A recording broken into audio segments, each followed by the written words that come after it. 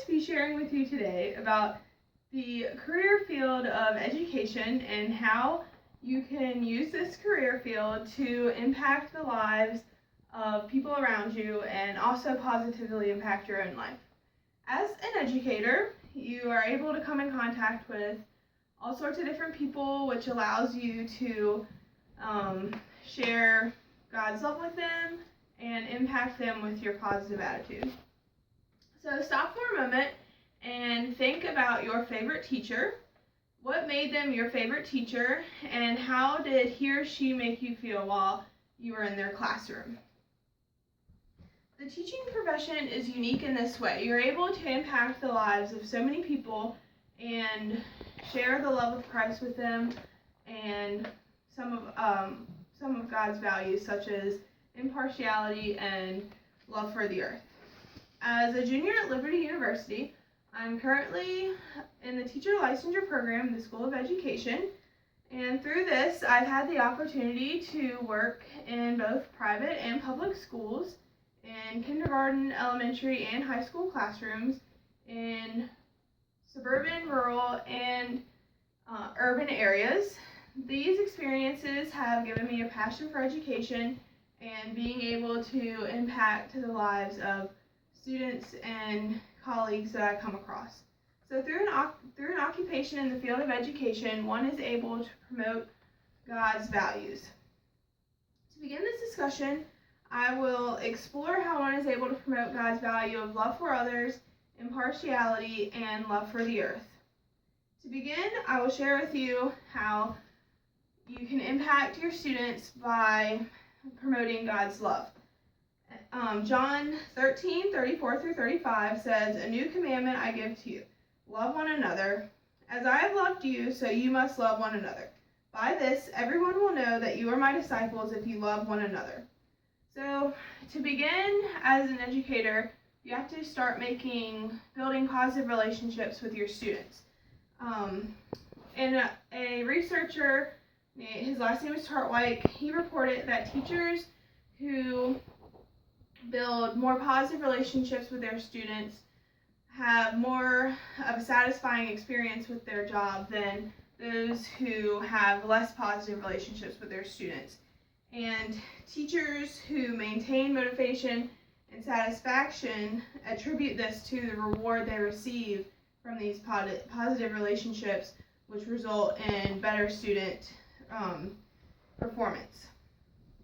So to begin with a positive relationship with students, you have to build a nurturing and positive environment for them. So in a study completed by Lee, students who felt like they were in a supportive, emotionally engaging environment defined by a sense of belongingness and relatedness showed a higher sense of self-esteem and security, which led to these students becoming more involved in the classroom and later becoming more involved in extracurricular school activities and activities in the community. So students who experience this type of classroom with a positive teacher they also are usually able to succeed more academically.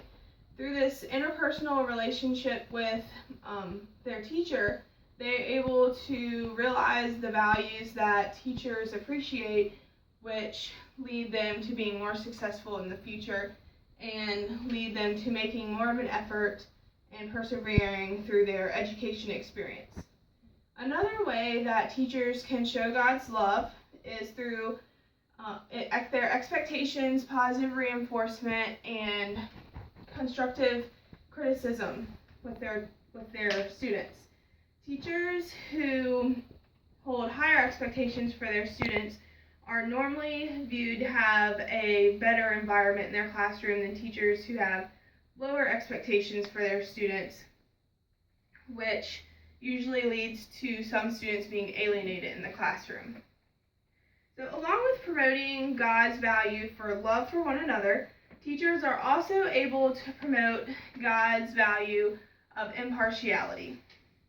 One of the most important jobs of a teacher is to treat all students with an attitude that all students can learn. Romans 2:11, James 2:2 through 9, and Ephesians 6:9 show that God doesn't show favoritism, and he commands his people to treat the rich equally with the poor and also not to show favoritism. So an attitude that teachers have to work to develop is students of all learning abilities and ethnicities, nationalities are all able to learn the same. And so this is usually referred to as classroom inclusion, which is now practiced in most schools, but some inclusion techniques that are practiced as a teacher are emphasis on essential questions, learning in ways that relate to students' personal lives and interests, and reminding students of prior learning. So this is how teachers are able to practice the impartiality in the classroom. As a teacher of any subject, God's value of love for others and impartiality should also be seen in the classroom. But as a science teacher, God's value for love of the earth should also be visible. In a science classroom, a teacher is able to promote God's value of love for the earth by teaching about God's creation. So in a public school, this isn't as easy, but teachers are still able to share the creation story as a theory for the origin of life and share it in some safer ways.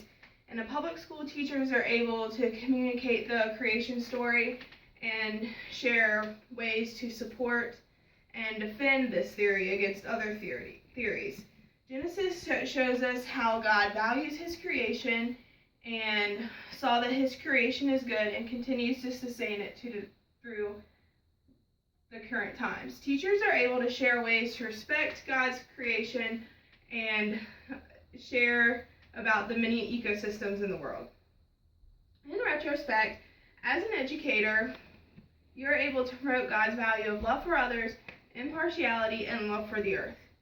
As an educator, one is able to promote these things, such as love for one another, by treating all students equally and having the attitude of education for all and promoting positive relationships and classroom environments. One is able to promote impartiality by treating all students equally with unconditional love and having the attitude that all students can learn. Lastly, as a science teacher, one is able to promote God's value of love of the earth by sharing the story of creation and sharing with students how to love and respect the earth.